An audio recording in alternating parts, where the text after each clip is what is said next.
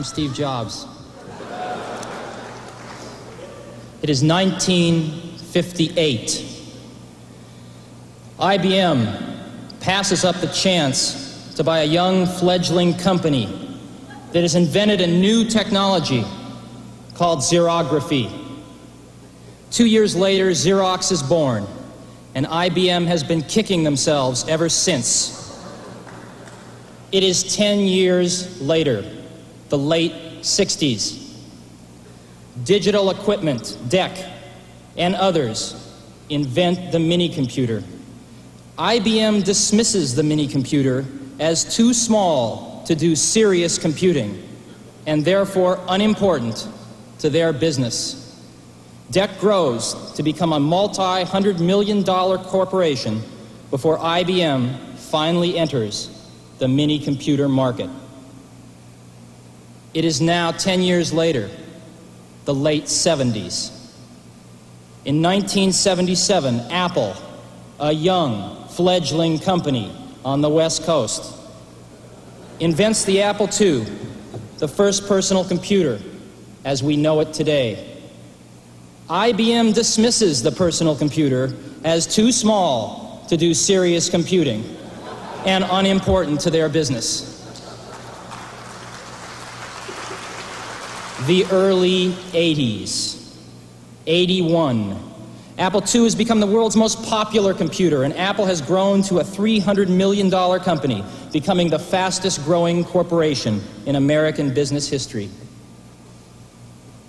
With over 50 competitors vying for a share, IBM enters the personal computer market in November '81 with the IBM PC. 1983. Apple and IBM emerge as the industry's strongest competitors, each selling approximately $1 billion worth of personal computers in 1983. Each will invest greater than $50 million for R&D and another $50 million for television advertising in 1984, totaling almost $250 million combined.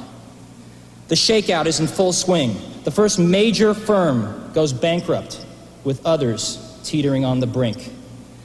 Total industry losses for '83 outshadow even the combined profits of Apple and IBM for personal computers. It is now 1984. It appears IBM wants it all.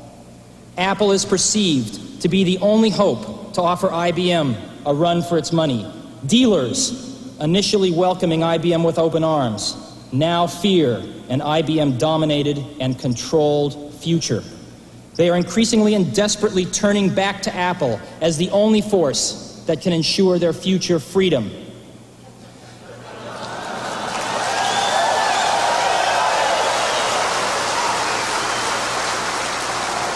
IBM wants it all and is aiming its guns on its last obstacle to industry control, Apple. Will Big Blue dominate the entire computer industry? The entire information age? Was George Orwell right about 1984?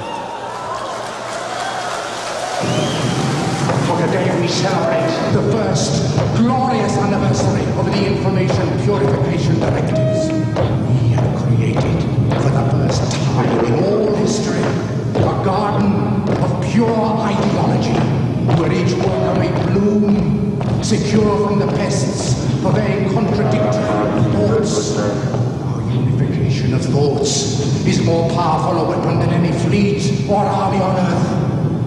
We are one people, with one will, one resolve, one cause. Our enemies shall talk themselves to death, and we will bury them with their own confusion. We shall prevail. On January 24th, Apple Computer will introduce Macintosh. And you'll see why 1984 won't be like 1984.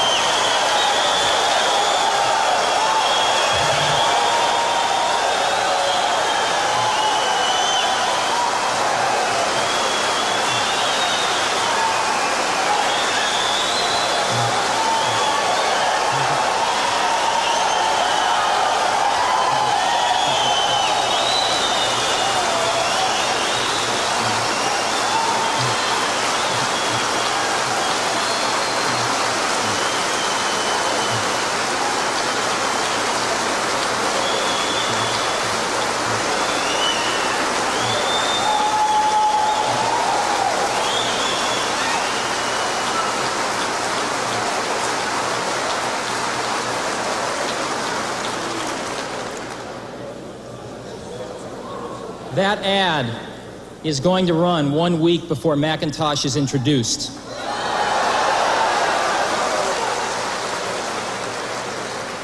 And our ad agency that put it together is here today. Shyatt Day, Jay Shyatt's here. The principal, Lee Clow and Steve Hayden, that wrote the copy and did the creative, are also here. You might, I guess they just heard what you thought.